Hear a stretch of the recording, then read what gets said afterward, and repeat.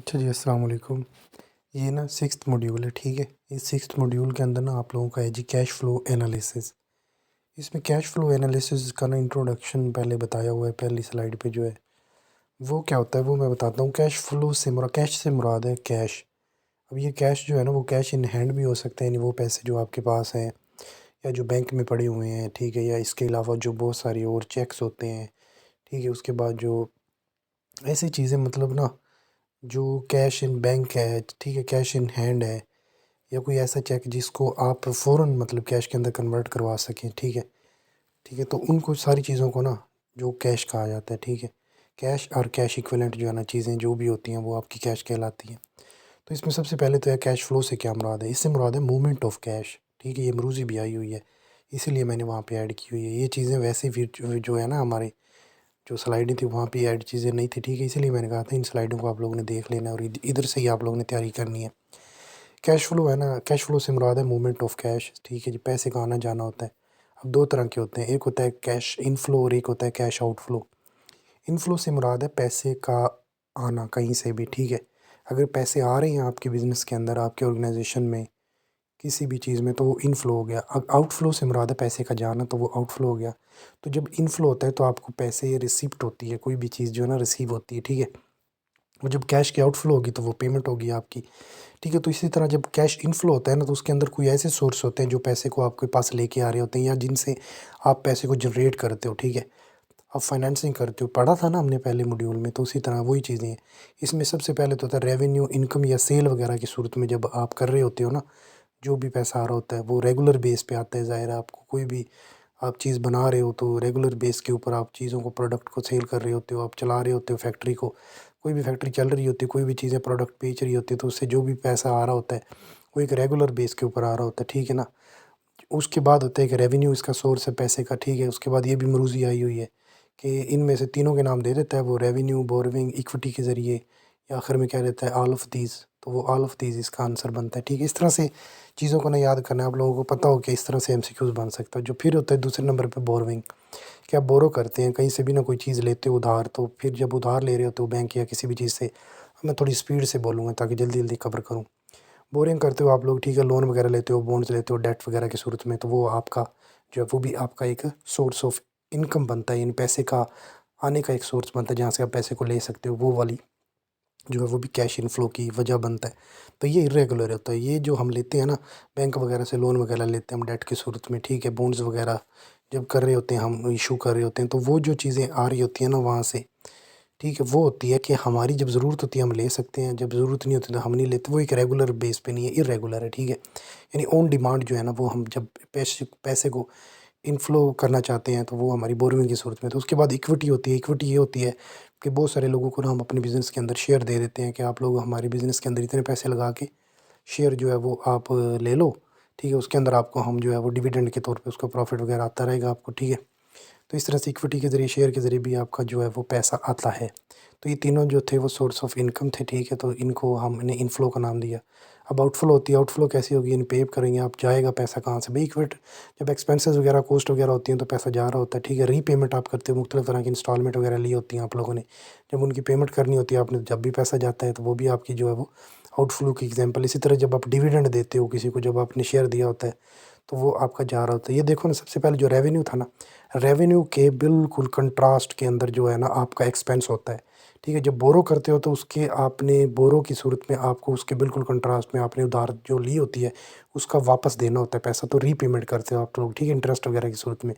जब इक्विटी आप लेते हो तो इक्विटी की सूरत में आप बॉन्ड शेयर करते हो, तो बॉन्ड की सूरत में आपने जो देना होता है उनको मुआवज़ा, तो वो आपका डिविडेंड की सूरत में होता है। इस तरह से वो तीनों चीज़ें ऊपर वाली है ना, उनका कंट्रास्ट जो था वो आउटफ्लो में हो रहा होता है। उसके बाद है जी स्टेटमेंट ऑफ कैश फ्लो कितनी तरह की होती है। इसके पहले तो देखो 2 मेथड होते हैं।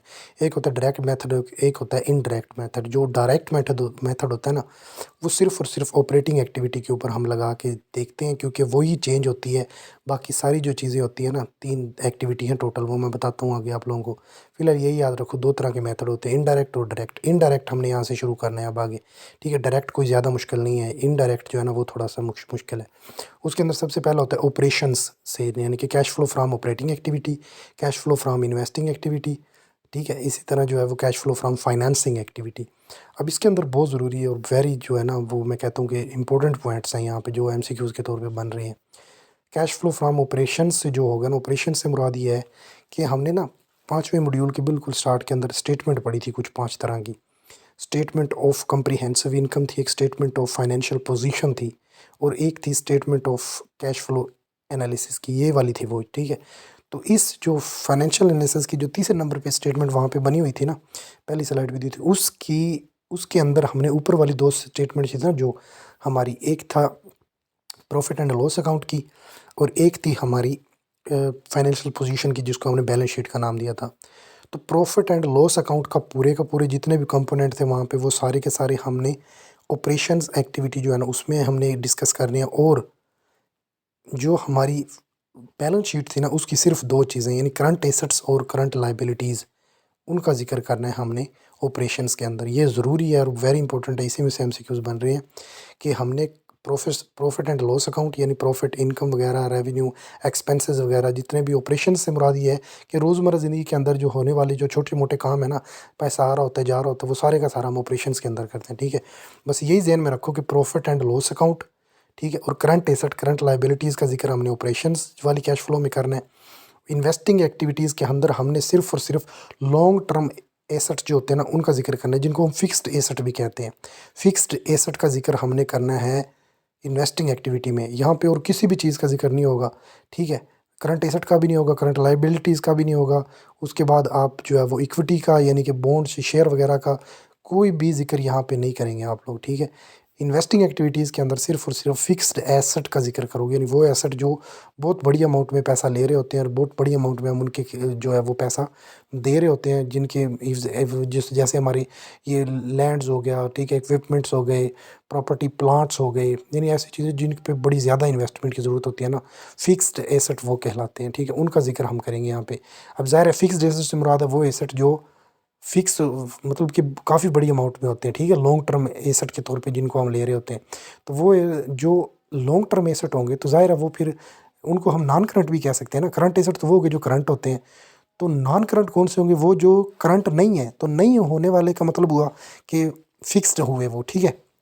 इनको हम ये भी कह सकते हैं कि हमारी जो इन्वेस्टिंग एक्टिविटी है ना उसके अंदर fixed asset, non current assets, non current investment, यानी वो इन्वेस्टमेंट जो हमने 1 साल के अंदर नहीं करनी, 1 साल से ज़्यादा के अरसे के अंदर करनी है, वो भी इसी में लॉन्ग में ही आएगी, ठीक है, लॉन्ग टर्म एसेट के अंदर आएगी, ठीक है, यानी फिक्स्ड एसेट में ही आएगी। इसी तरह नॉन करंट एसेट्स यानी वो एसेट जो 1 साल के अंदर जिन्होंने होना था वो तो पहली वाली स्टेटमेंट में चलेगी ना ऑपरेशन में, यानी करंट एसेट्स, करंट लाइबिलिटीज़ का जिक्र तो हमने ऑपरेशन में करना है।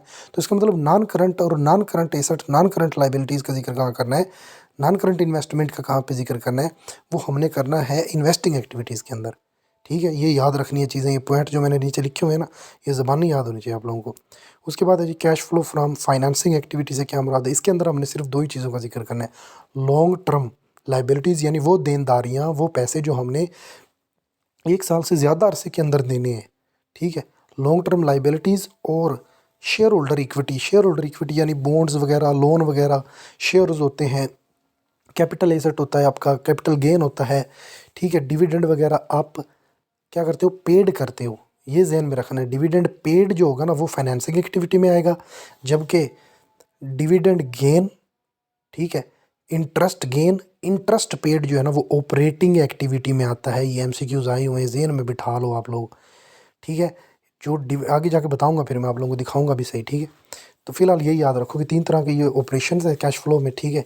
एक होता है cash flow from operating activity, cash flow from investing activity, cash flow from financing activity. और इनके अंदर कौन कौन सी चीज़ें शामिल हैं ये मैं आप लोगों को बता देता हूँ। अब देखो, सबसे पहले cash flow from operating activity में प्रॉफिट एंड लॉस अकाउंट पूरे का पूरा शामिल है, जिसके अंदर हम sale, revenue, income, expenses, gross profit, ठीक है, नेट ऑपरेटिंग प्रॉफिट। और ये वो पहले वाली 5वें मॉड्यूल के पहली वाली स्लाइड में जाओगे, पहले 1-2 स्लाइडों के बाद वहाँ पे आएंगी कैश फ्लो स्टेटमेंट्स कौन कौन सी होती हैं।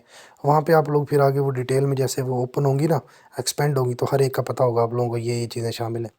Cash flow from operating activity के अंदर सबसे पहले प्रॉफिट, इनकम वगैरह का आप जिक्र करते हो, ठीक है। नॉन कैश एक्सपेंसेस होते हैं, कुछ ऐसे एक्सपेंसेस जो आपने पहले मतलब कि ना उनकी मिसाल के तौर पे आप लोगों ने कोई ना गाड़ी ले ली, तो गाड़ी जब ली थी ना उसी वक्त आपने पेमेंट तो कर दी है, लेकिन क्या वो गाड़ी जो आप बिज़नेस में चला रहे हो उसका जो पहले ही आप लोगों ने पैसे वगैरह दे दिए हैं, क्या अब वो आने वाले वक्त के अंदर आप उसका एक्सपेंस तो पे कर चुके हो, लेकिन अब जो है ना वो पैसे तो नहीं देने, लेकिन उसके पैसे को आपने वापस ऐड करना पड़ेगा हर मतलब कि ना ये मतलब नॉन कैश एक्सपेंस कहते हैं कि आप लेना उस अमाउंट को जो आपने पहले ही पे कर दिया है उसको टुकड़ों में ऐसे बांट दो कि आने वाले फ्यूचर के अंदर ना वो थोड़ा थोड़ा करके आप हर बार उसको पे करते जाओ, अपनी मतलब उसके अंदर ऐड करते जाओ जो एक्सपेंस किया हुआ है, ताकि आपके बैलेंस शीट जो है ना वो बराबर रहे सारी तरह से, ठीक है।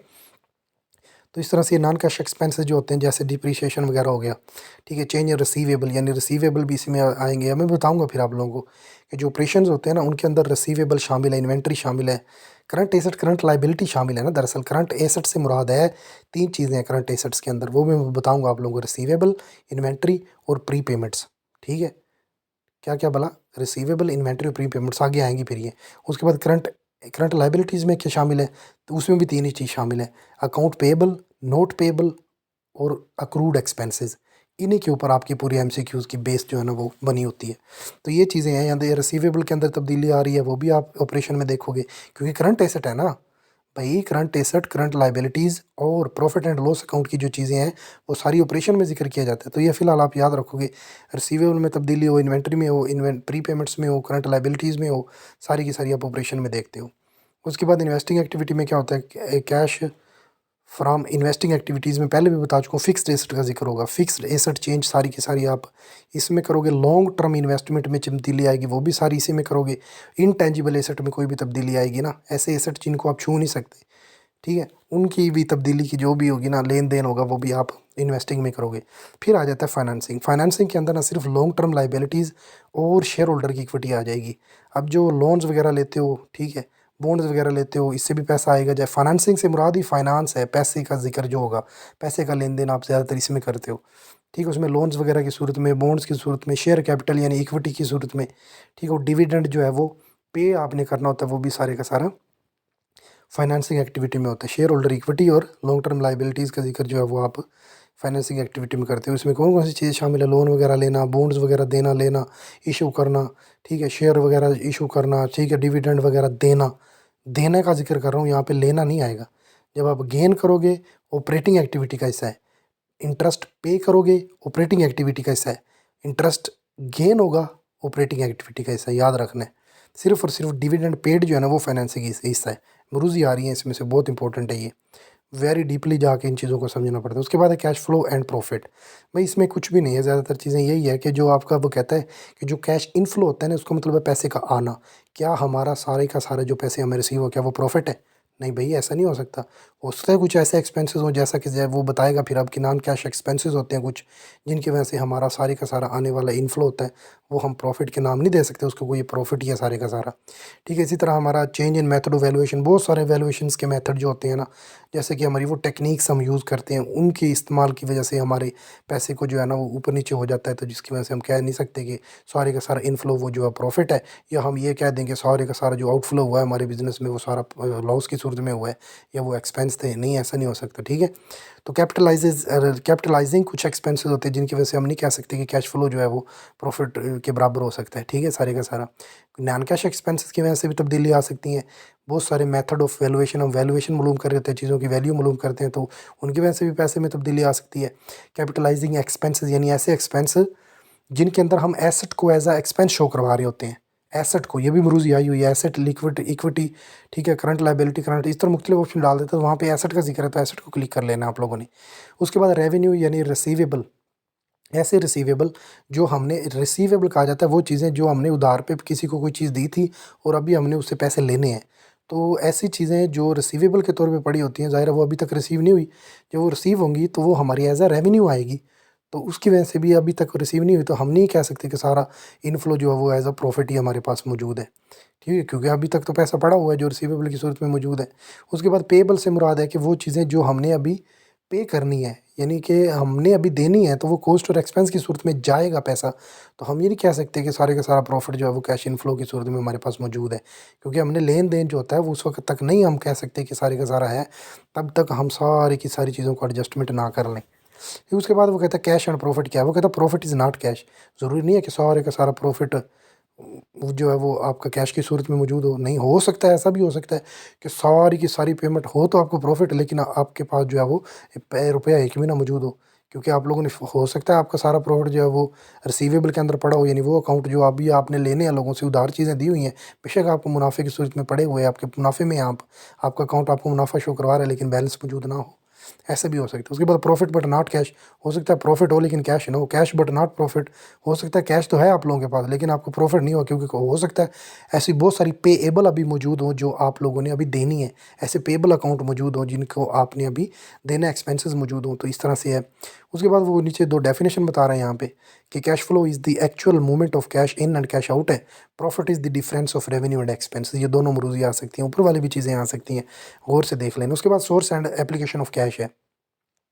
सोर्स से मुराद है जी कैश का इनफ्लो, ये भी मरूजी आई हुई है कि हम जो है वो सोर्स को ना कैश इनफ्लो कह सकते हैं, क्या ये ट्रू है या फॉल्स है, तो इस तरह से सोर्स से मुराद है कैश का इनफ्लो, ठीक है, और एप्लीकेशन से मुराद है कैश का आउटफ्लो, ठीक है। तो इनफ्लो से मुराद सोर्स है और एप्लीकेशन से मुराद, भाई जब पैसे आएंगे तो इनफ्लो हुआ ना, सोर्स हुआ ना, तो एप्लीकेशन से मुराद इस्तेमाल, जब इस्तेमाल करोगे तो आउटफ्लो होगा, पैसा जाएगा, तो बस यही बात है। सोर्स ऑफ कैश कौन कौन से, तो कहाँ कहाँ से पैसा आ सकता है, सबसे पहले तो रेवेन्यू, वही पहले भी बता चुका हूँ कि कहीं से भी आप लोग जनरेट कर रहे हैं, आप लोग कोई चीज़ प्रोडक्ट वगैरह बेच रहे हैं तो वहाँ से आपको इनकम आ रही होती है सेल्स की सूरत में, तो वो रेवेन्यू की सूरत में वो आपका एक सोर्स ऑफ इनकम है, पैसे का आने का एक ज़रिया है।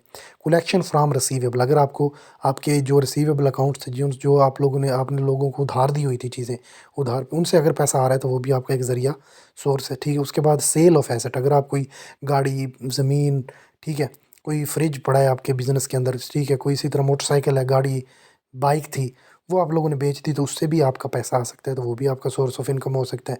बोरविंग, बोरविंग के अंदर दो ही चीज़ें शामिल, या लोन्स या बॉन्ड्स की सूरत में आप लोगे।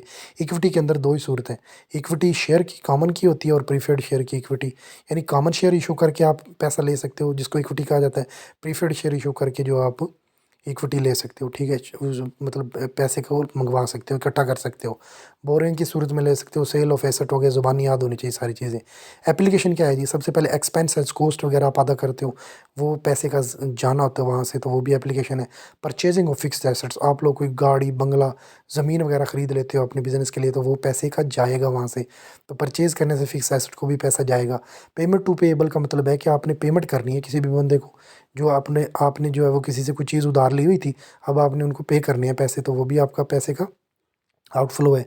अक्रूड एक्सपेंसेस वगैरह वो होते हैं जो आप पहले ही एक्सपेंस कर चुके हैं लेकिन उनको पे नहीं किया था आपने, तो अब अगर आपने वो पे करनी है तो फिर भी आपके पैसे का आउटफ्लो होगा, ठीक है। उसके बाद पेमेंट ऑफ लाइबिलिटीज़, यानी वो देनदारियाँ जो अभी तक आपने दी नहीं हुई तो वो दोगे तो आपने ज़ाहिर है पैसा देना पड़ेगा। डिविडेंड पेड, अगर आपने डिविडेंड पे करना है तो भी आपका पैसा जाएगा। उसके बाद ट्रेजरी स्टॉक, यानी वो कंपनी के स्टॉक जो कंपनी ने ना अपने मतलब वो किए हुए हैं, मतलब कहीं भी ना मार्केट के अंदर उन्होंने इशू किए हुए थे अपने स्टॉक को, ठीक है, शेयर वगैरह, तो अब वो क्या करती है उनको ना अपने पास से दोबारा अगर ख़रीदना चाहती है वो, ठीक है, तो फिर वो जब ख़रीदेगी उनको तो फिर आपके ट्रेजरी स्टॉक क्या हो जाएंगे, जब खरीदेगी तो आउटफ्लो होगा, क्योंकि ज़ाहिर है जब आप खरीद रहे हो कोई चीज़ तो पैसे दे के खरीदोगे ना, जब पैसा जाएगा तो आउटफ्लो होगी। अगर आपने उनको मतलब सेल करना है, रीसेल करना है, तो जब सेल करोगे तो फिर आपका पैसे का इनफ्लो हो जाएगा। याद रखना है ट्रेजरी स्टॉक में सेल ऑफ ट्रेजरी स्टॉक जो है वो कैश का इनफ्लो है, पैसा आएगा, और जो परचेज़ है ना, जब आप दोबारा से ख़रीदोगे मार्केट में से अपने ही इशू किए हुए स्टॉक्स को, तो फिर आपका पैसे का ज़ाहिर, जब परचेज़ करते हो चीज़ को कभी भी आप तो आउटफ्लो होता है, जब आप सेल करते हो तो इनफ्लो होता है, बस ये ज़हन में रखो ट्रेजरी स्टॉक के लिए। उसके बाद cash flow from operating activity आ गया जी। ऑपरेटिंग एक्टिविटी के अंदर ना पहले भी बता चुका हूँ, तीन तरह की वैसे हमारी एक्टिविटी होती हैं, ये कैश फ्लो एनालिसिस के अंदर तीन तरह की हैं। कौन कौन सी, ऑपरेटिंग एक्टिविटी, इन्वेस्टिंग एक्टिविटी और फाइनेंसिंग एक्टिविटी। ऑपरेटिंग एक्टिविटी के अंदर तीन ही चीज़ें शामिल है, पहले भी बता चुका हूँ, तीन तरह की चीज़ों का जिक्र करेंगे, मरूजी आई हुई है, वेरी वेरी इंपॉर्टेंट है ये। प्रॉफिट एंड लॉस अकाउंट पूरे का जिक्र करते हैं हम इसके अंदर, यानी कि हमारी sales, expenses, cost, gross profit, ठीक है, नेट ऑपरेटिंग, हाँ नेट ऑपरेटिंग प्रॉफिट जो होता है, ये चीज़ें सारी की सारी जो है ना वो हम प्रॉफिट एंड लॉस अकाउंट में देखते हैं। पाँचवें मॉड्यूल के पहली एक दो स्लाइडों के बाद ना statement of cash flow statement, यानी में स्टेटमेंट आएंगे मुख्तलिफ तरह की, वहाँ पे ना पहली दो स्टेटमेंट है ना उनको देख लेना गौर से। पहले का नाम फाइनेंशियल पोजीशन हो गया, फाइनेंशियल पोजीशन होगा जिसको हम बैलेंस शीट भी कहते हैं। दूसरी का नाम जो होगा वो कॉम्प्रिहेंसिव इनकम होगा जिसको हम प्रॉफिट एंड लॉस अकाउंट भी कहते हैं। इन दोनों को आगे एक्सपेंड करके मजीद दी होंगी चीज़ें, वो देख लेना कि इनके अंदर कौन कौन सी चीज़ें शामिल होती हैं। मुख्तलिफ तरह के जो कॉस्ट वगैरह होती हैं और प्रॉफिट वगैरह होता है, जो आपका पूरे का पूरा जिक्र जो होता है लॉस एंड प्रॉफिट अकाउंट वगैरह, वो आप करते हो फाइनेंशियल पोजीशन के अंदर, सॉरी लो इस कंप्रिहेंसिव इनकम के अंदर। और फाइनेंशियल पोजीशन के अंदर बैलेंस शीट होती है जिसके अंदर आपके करंट एसेट और करंट लाइबिलिटी शामिल होती हैं। तो ये पूरी की पूरी जो प्रॉफिट एंड लॉस अकाउंट मुकम्मल, वो स्टेटमेंट मुकम्मल, और जो आपकी income profit and loss account की ना मतलब मुकम्मल आपका जिक्र करोगे इसके अंदर, ठीक है। और जो आपकी बैलेंस शीट है ना उसकी सिर्फ दो ही चीज़ों का जिक्र करो, करंट एसेट और करंट लाइबिलिटीज़। बस यही ज़हन में रखो कि profit and loss account, current asset, current liabilities का जिक्र आप ऑपरेटिंग एक्टिविटी में करते हो, ठीक है। यहाँ पे ऑप्शन आए होते हैं, ये तीनों दिए होते हैं, आखिर में लिखो तो ऑल ऑफ दीज, तो ऑल ऑफ दीज है भाई ऑपरेटिंग एक्टिविटी का हिस्सा है। उसके बाद ऑपरेटिंग एक्टिविटी के अंदर आप ना सबसे पहले जो बनाते हो ना स्टेटमेंट बनाते हो, जब इसका टेबल बनाएंगे आगे मैं बताऊंगा, तो नेट इनकम का जिक्र करते हो आप, नेट प्रॉफिट जिसको कहते हैं। उसके अंदर क्या होता है, सबसे पहले तो आप ना अगर कोई नॉन कैश एक्सपेंस हुआ है ना तो उसको आप ऐड करते हो, टोटल को ऐड करो। जब ऐड करोगे तो आपने ब्रैकेट नहीं लगानी स्टेटमेंट के टेबल के अंदर, मैं बताऊंगा आप लोगों को। जब आप ऐड नहीं करोगे, आपने कोई चीज़ मतलब इनफ्लो करोगे तो आपने जमा करना होता है चीज़ को, ठीक है, ऐड करना होता है जब, ठीक है। जब आउटफ्लो करोगे तो आपने उसको माइनस करना होता है, उसको ब्रैकेट से शो करते हैं, माइनस नहीं लगाते होते, बताऊंगा आप लोगों को। तो इसके अंदर ये वेरी इंपॉर्टेंट चीज़ है कि नेट इनकम का जिक्र करते हो आप। सबसे पहले नेट प्रॉफिट जो होता है ना वो आपको दिया होता है, उसको आप दाएं तरफ लिख लेते हो टेबल में। उसके बाद जो है बाकी चीज़ें जो भी आ रही होती है ना, अगर नॉन कैश एक्सपेंस कहीं भी जिक्र होगा तो अगर, तो नॉन कैश एक्सपेंस को आपने ऐड करना है, ठीक है। आपने क्या कर देना है, ऐड कर देना है। उसके बाद है जी, अब एक चीज़ ध्यान में रखनी बहुत इंपॉर्टेंट है, ये बहुत इंपॉर्टेंट है, बहुत इंपॉर्टेंट ऑपरेटिंग एक्टिविटी में ये वाला पोर्शन पूरे का पूरा। ये वाली कैसी चीज़ें याद करनी है आपने, चार ये पता होना चाहिए कि नॉन कैश एक्सपेंस को ऐड करते होते हैं, ठीक है। उसके बाद आपने ना डायरेक्ट करंट एसेट और लायबिलिटी इसको छोड़ देना, करंट एसेट को ना छोड़ देना, इंक्रीज डिक्रीज को नहीं समझना। आपने सिर्फ नीचे वाला देखना है कि इंक्रीज का मतलब ऐड, यानी कोई चीज़ इंक्रीज होगी तो वो ऐड हो रही है ना। तो आपने लाइबिलिटीज़ को जहन में रखना है कि लाइबिलिटीज़ इंक्रीज होंगी तो ऐड कर देंगे, लाइबिलिटीज़ डिक्रीज होंगी तो माइनस कर देंगे। डिक्रीज का मतलब मनफी होता है ना, तो decrease liabilities minus, increase liabilities add. तो इन दोनों को अपोजिट है जो करंट एसेट है, ये ज़हन में रखना है। तो इसका मतलब ये हुआ कि इंक्रीज इन करंट एसेट्स हम कर देंगे माइनस, जैसे हमने उसका लाइबिलिटीज़ का अपोजिट है ना कि लाइबिलिटी इंक्रीज हुई तो ऐड किया था, लेकिन करंट एसेट इंक्रीज होंगे तो माइनस करेंगे, ठीक है। तो नीचे वाली दो याद होगी, ऊपर वाली खुद याद हो जाएंगी, तो ये याद रखना है। करंट एसेट अगर आपके सब इंक्रीज होंगे तो सब्ट्रैक्ट करोगे। अब मैं बता देता हूँ करंट एसेट कौन कौन से हैं। रिसीवेबल अगर बढ़ा या कम हुआ, ठीक है, इन्वेंट्री बढ़ी या कम हुई, इसी तरह आपका जो प्री पेमेंट है वो बढ़ी या कम हुई, तो वो इसका मतलब ये है कि करंट एसेट। अब जब ये चीज़ें, हो सकता है वो डायरेक्ट ये ना कहे कि करंट एसेट्स इंक्रीज हुए, नहीं, वो कहेगा रिसीवेबल इंक्रीज हुए डिक्रीज हुए। तो आप लोगों ने ज़हन में रखना रिसीवेबल से मुराद करंट एसेट है, ठीक है ना। तो इसी तरह अक्रूड एक्सपेंसेस या आपकी पेएबल अकाउंट या आपके नोट पेएबल, यानी जो पेएबल का मतलब होता है देना है, यानी वो चीज़ जो जा रही है वो करंट लाइबिलिटीज़ कहलाएंगी, ठीक है ना। लाइबिलिटी से मुराद देना है, आपने वापस करना है कोई चीज़, तो वो लाइबिलिटी है। उसके अंदर भी तीन ही चीज़ें शामिल है, इधर जो बुक में दी है और इसी के हिसाब से एमसीक्यूज बने हुए हैं। कौन कौन सी बोला, account payable, note payable, accrued expenses, पैसे का तीनों के अंदर पैसे की आउटफ्लो होगी। अब ये अगर इंक्रीज़ हो रही है डिक्रीज़ हो रही है तो फिर इसके अंदर क्या सीन है वो बता देता हूँ। कि अगर मैं कह देता हूँ कि accrued expenses increase from 300 to 400, तो अगर वो कहता है कि ये क्या है, कौन सी उसके हिस्सा है, ये ऑपरेटिंग एक्टिविटी का है, इन्वेस्टिंग एक्टिविटी का है, फाइनेंसिंग एक्टिविटी का है, या नॉन ऑफ दीज, तो भाई आप लोगों ने चीज़ें बहुत डीपली जाके इनको समझना है और फिर जाके समझ आएगी, ठीक है ना।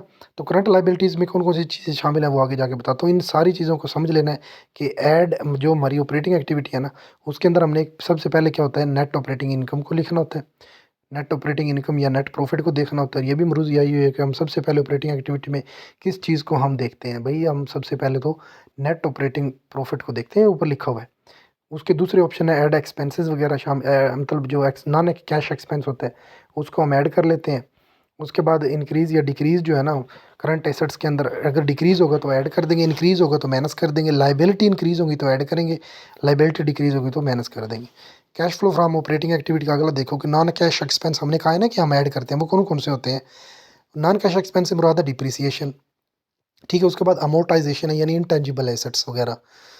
अब डिप्रिसिएशन यही है कि आपने पहले गाड़ी की कीमत अदा कर दी है, लेकिन आप आने वाले वक्त में उसकी टोटल अमाउंट जो आपने दी थी ना, उसको आप वक्फे के साथ ना आप डिवाइड कर देते हो हर महीने वाइज या साल वाइज, कि हर साल का इतना इसके अंदर से कटौती होती जाएगी, पूरी लाइफ टाइम के ऊपर आप डिवाइड कर देते हो उसके टोटल उस एक्सपेंस को जो आप पहले ही ऐड कर चुके हो, अदा कर चुके हो।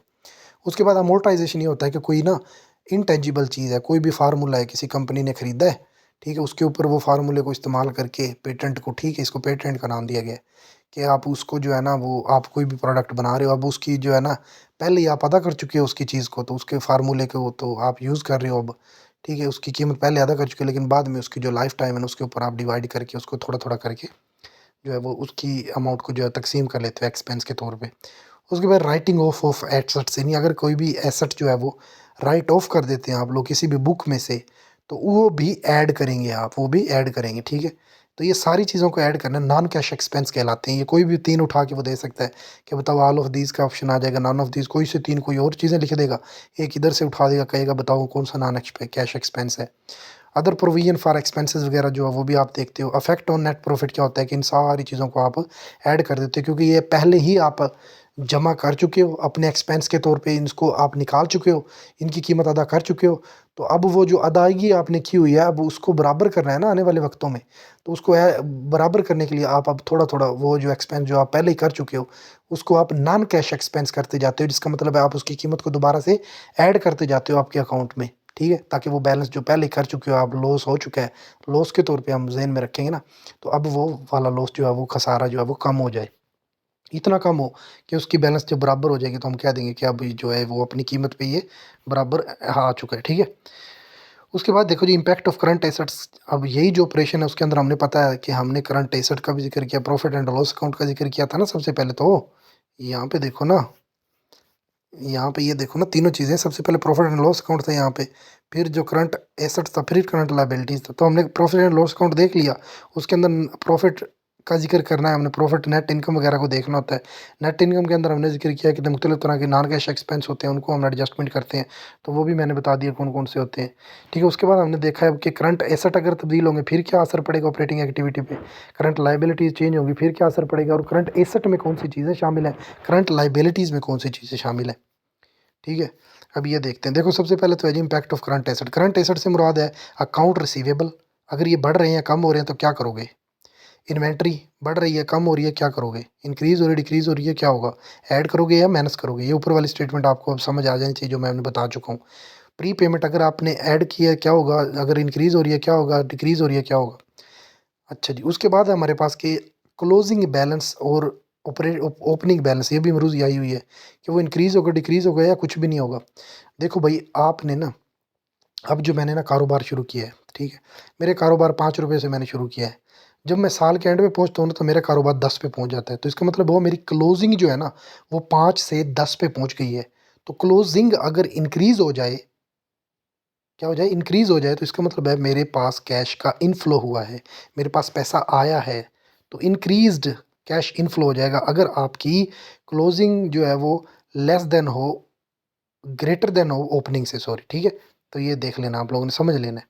तो अगर मैं कहूँ यहाँ पे अब कि अकाउंट रिसीवेबल इंक्रीज हो गए हैं तो क्या होगा, कैश इनफ्लो होगा, कैश आउटफ्लो होगा, ठीक है। कैश इनफ्लो से मुराद क्या है बोला, इंक्रीज, और आउटफ्लो से मुराद है डिक्रीज।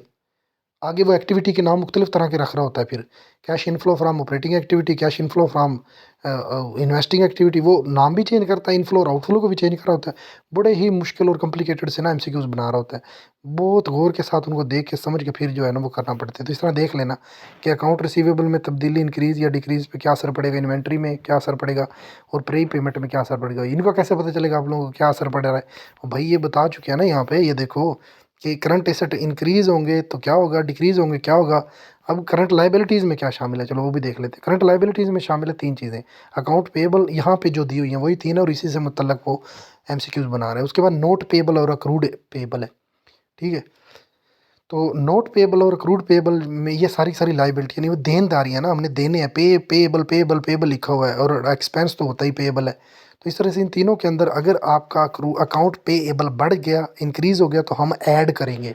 ऐसा ही था ना कि इंक्रीज़ इन करंट लाइबिलिटीज़, क्योंकि अगर वो यहाँ पे उसने ये थोड़ी कहना है इंक्रीज़ इन करंट लाइबिलिटीज़ बताओ ऐड करोगे या माइनस करोगे, नहीं, वो लाइबिलिटी का जिक्र ही नहीं करेगा, वो तो इन चीज़ों को जिक्र करेगा जो लाइबिलिटीज़ के अंदर शामिल है।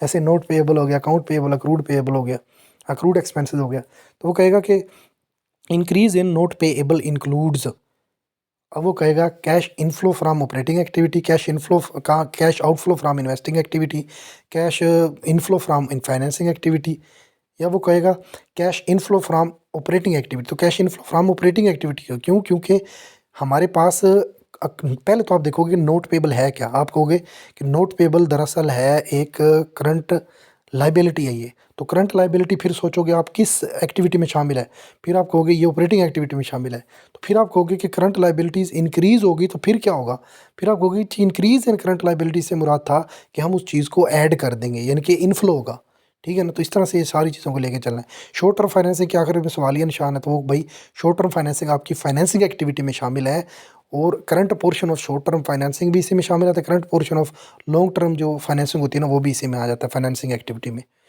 ठीक है। उसके बाद आगे cash flow from operating activity की एक मिसाल दी हुई है। सबसे पहले नेट इनकम दिया हुआ है उसने, डिप्रिसिएशन दी हुई है, इंक्रीज़ इन अकाउंट रिसीवेबल या 18,000, ठीक है। उसके बाद डिक्रीज़ इन इन्वेंट्री, ठीक है। उसके बाद डिक्रीज़ इन, अब अच्छा अब आ जाओ ज़रा इसके ऊपर समझाता हूँ आप लोगों को।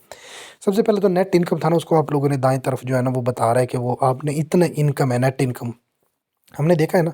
ऑपरेटिंग एक्टिविटी के अंदर सबसे पहले हमने जो इनकम होती है ना, प्रॉफिट होता है ना, उसको एडजस्टमेंट करनी होती है। उसको एडजस्ट ये किया कि उसको हमने दाएं तरफ रख लिया कि वो कह रहा है नेट इनकम इतनी है मेरे पास। अब नीचे जो जो मेरे तब्दीली हुई है ना, ऐड एक्सपेंसेस वगैरह आए हैं, जो भी हुआ है, यानी वो चीज़ें जो अब हमने तीनों चीज़ों में पढ़ी है ना, प्रॉफिट एंड लॉस अकाउंट में, ठीक है। उसके बाद नीचे करंट एसेट्स में और करंट लायबिलिटी में दो तब्दीलियाँ हुई हैं, वो बता रहे हैं। सबसे पहले तो कह रहा है कि ना डिप्रिसिएशन हुआ है एक 20,000 का। तो भाई डिप्रिसिएशन को हमने देखा था उधर, सबसे पहले ही देखा था कि ऐड डिप्रिसिएशन या add non cash expenses. Depreciation दरअसल एक नॉन कैश एक्सपेंस, तो नॉन कैश एक्सपेंस को हमने क्या करना होता है भला प्रॉफिट के अंदर, ऐड। तो ऐड हम करेंगे तो जमा का निशान होता है, जमा का निशान नहीं लगाना होता, बगैर ब्रैकेट के जो आप चीज़ लिख दोगे उसका मतलब इनफ्लो है, यानी पैसा आया है कहीं से। तो ऐड करना है, मतलब हमने उसको ये जहन में रखो कि उसको पैसे को ऐड करना है हमने, ठीक है, ऐड कर दिया। उसके बाद करंट एसेट और लायबिलिटीज, अब वो कह रहा है इंक्रीज इन अकाउंट रिसीवेबल। भाई अकाउंट रिसीवेबल से मुराद है कि करंट एसेट, CA लिखा हुआ है मैंने स्लैश डाल के, खुद ने वहाँ पे कोई नहीं चीज़ें दी हुई जो असल स्लाइडें हैं वहाँ पे। तो इंक्रीज इन अकाउंट रिसीवेबल से मुराद है कि करंट एसेट में तब इजाफा हुआ है। तो अकाउंट रिसीवेबल से मुराद करंट एसेट है ना, क्योंकि करंट एसेट में तीन चीज़ें शामिल थी, अकाउंट रिसीवेबल, इन्वेंट्री, और क्या थी भला, अकाउंट रिसीवेबल, इन्वेंट्री, और एक और चीज़ शामिल थी वहाँ पे, प्री पेमेंट्स, ठीक है। तो अकाउंट रिसीवेबल में इजाफा हुआ तो इसका मतलब हुआ करंट एसेट के अंदर इजाफा हुआ है। तो हमने देखा था कि करंट एसेट में इजाफे को हम माइनस करते हैं, तो माइनस यहाँ पे ब्रैकेट लगी हुई है, 18,000 उसने माइनस कर दिया।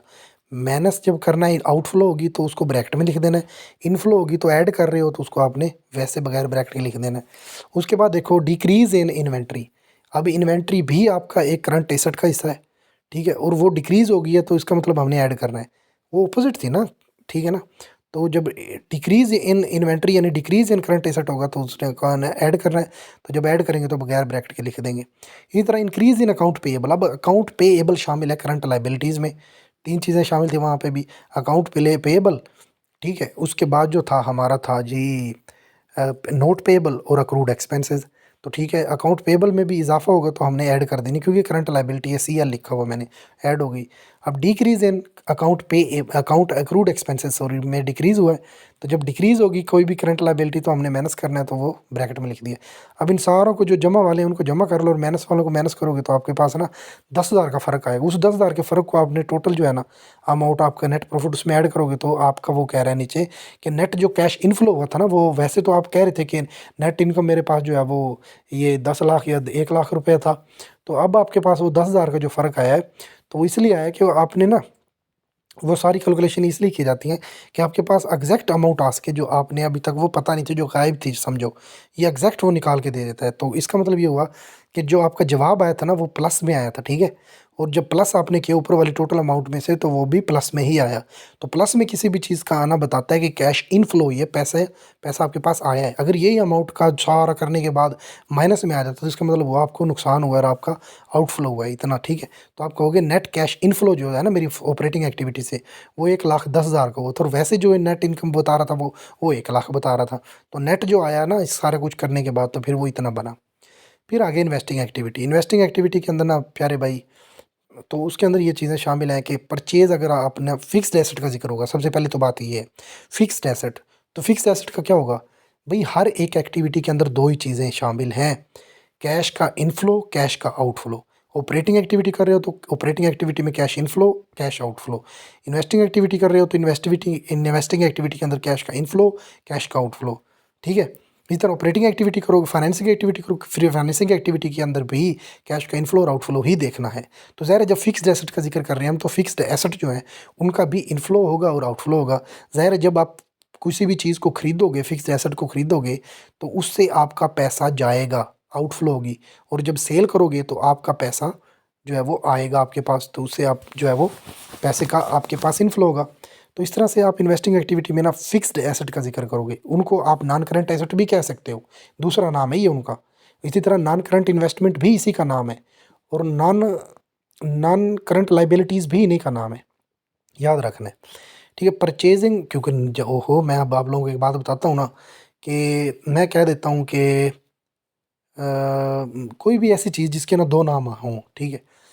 अब मैं क्या कैसे मिसाल दूँ, मतलब कि ये लगा लो आप लोग कि ना फिक्स्ड एसेट से मुराद है कोई भी, क्या कहूँ मैं, फिक्स्ड एसेट से मुराद है मेरा जूता। फिक्स्ड एसेट क्या है? मेरा जूता, ठीक है। और मैं ये कहूँ कि ये एक तो मेरी सॉफ्ट शूज़ पड़े हैं, ठीक है, एरो सॉफ्ट है।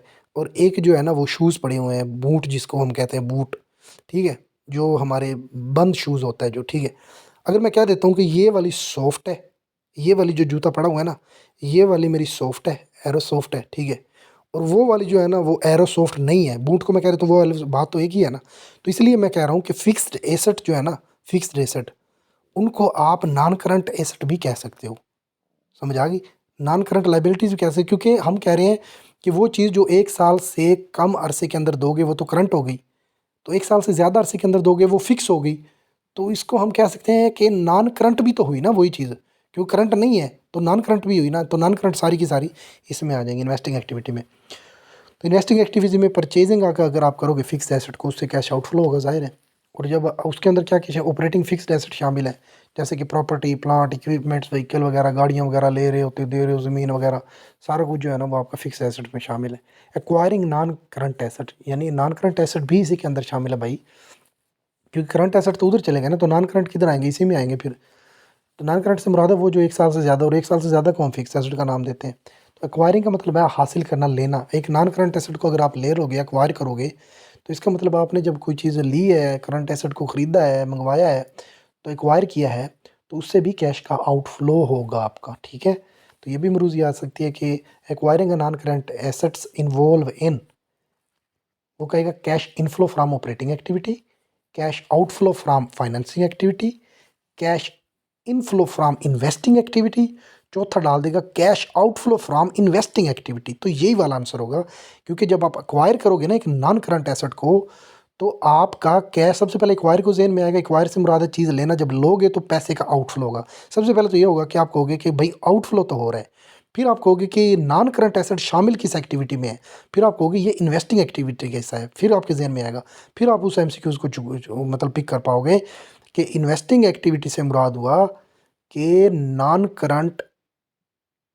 इन्वेस्टिंग एक्टिविटी से मुराद हुआ कि जो एक्वायरिंग नॉन करंट एसेट है उससे मुराद है कैश का आउटफ्लो फ्रॉम इन्वेस्टिंग एक्टिविटी में शामिल होगा, ठीक है, क्योंकि नॉन करंट एसेट है तो उसका मतलब फिक्स्ड एसेट हुआ। सेलिंग, ये सेलिंग का मतलब है इनफ्लो, जब सेल करोगे तो चीज़ आएगी ना, जैसे ज़मीन बेच दी आपने, बिजनेस में लगी हुई थी जो, तो वो जब सेल करोगे तो पैसा आ जाएगा, ठीक है, गाड़ी बेच दी तो पैसा आएगा। इसी तरह सेलिंग इनफ्लो यानी फिक्स्ड एसेट या नॉन करंट एसेट जिनको आप कहते हो, फिक्स्ड एसेट या नॉन करंट एसेट एक ही नाम है, जब आप वो सेल करोगे तो उससे भी पैसे का इनफ्लो होगा। इन्वेस्टिंग एक्टिविटी के अंदर ना एक कैमुलेटेड डिप्रिसिएशन का जिक्र होता है। तो ये ज़हन में रखना आप लोगों ने कि जब आपकी कोई भी नेट एसेट की प्राइस बढ़ जाएगी ना, बढ़ जाएगी, और आपका साथ में ही अकाउंट डिप्रिसिएशन जो है ना, कम्युलेटेड डिप्रिसिएशन, वो भी इंक्रीज़ कर जाए तो उसको आउटफ्लो किया जाता है, हमेशा याद रखना है। जब भी increase in account accumulated depreciation होगा, accumulated डिप्रिसिएशन इंक्रीज़ होगा तो आउटफ्लो होगा। याद रखना है, माइनस करना है उसको, आप लोगों ने जमा नहीं करना, बस ये याद रख लो। उसके बाद इसकी एग्जांपल देख लेते हैं। परचेज ऑफ लैंड, भाई ज़मीन है फिक्स्ड एसेट है, बिल्डिंग है फिक्स्ड एसेट है, कोई भी इक्विपमेंट्स है फिक्स्ड एसेट है, व्हीकल गाड़ी फिक्स्ड एसेट है। अकाउंट डिप्रिसिएशन ये आ गया, वही चीज़ आ गई ना, इंक्रीज़ हुआ है तो हम माइनस करेंगे, इसको याद रखना है फिर आगे जाके। बाय लॉन्ग टर्म डेट, बड़े बड़े ऑफ अदर कंपनी, दूसरी कंपनियों के जो है वो लॉन्ग टर्म डेट यानी बॉन्ड्स वगैरह अगर आप खरीदते हो तो वो 6,000 रुपये फॉर एग्जांपल ख़रीदा हुआ है बाय लॉन्ग टर्म डेट, तो वो आपके इन्वेस्टिंग एक्टिविटी में शामिल है। Sale of bonds of other companies, दूसरी कंपनियों के बॉन्ड्स वगैरह को अगर आप क्या करते हो, सेल करते हो, sale of bonds of other company, वो भी आपका इन्वेस्टिंग एक्टिविटी में शामिल है। ठीक है, तो अब ये देख लो cash flow from investing activity. Cash flow from investing activity, purchase of land, भाई ज़मीन खरीदी है तो पैसा जाएगा ना। तो परचेज ऑफ बिल्डिंग, बिल्डिंग खरीदोगे तो क्या होगा, परचेज ऑफ बिल्डिंग आउटफ्लो होगा ना।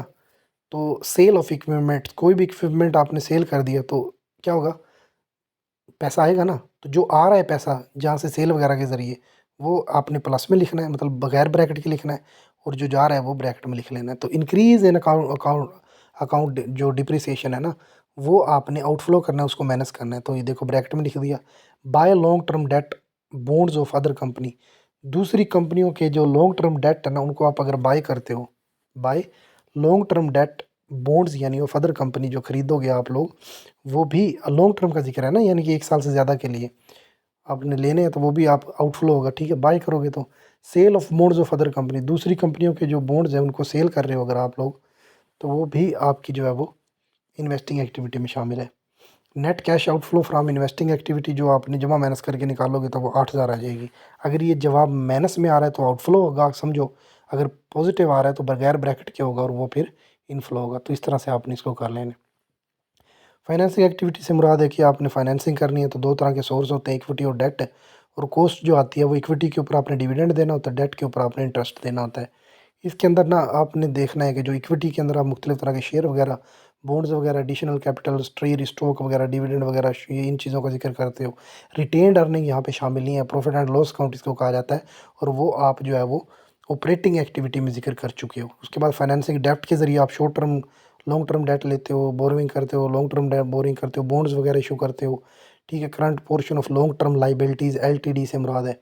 ठीक है, लीज़ पेमेंट अगर आप करते हो तो आउटफ्लो है ये सारा का सारा। ठीक है, तो इसके अंदर ये मिसालें दी हुई हैं। अगर आपने बोरो करना है कोई चीज़ तो पैसा आएगा, तो उसको आप कहोगे कि वो इनफ्लो है। और जब आपने कोई भी चीज़ देनी है, रिटायरमेंट ऑफ बॉन्ड्स को रिटायर हो गए हैं तो अब उनको वापस पेमेंट करनी पड़ेगी आपको, तो वो आउटफ्लो होगी।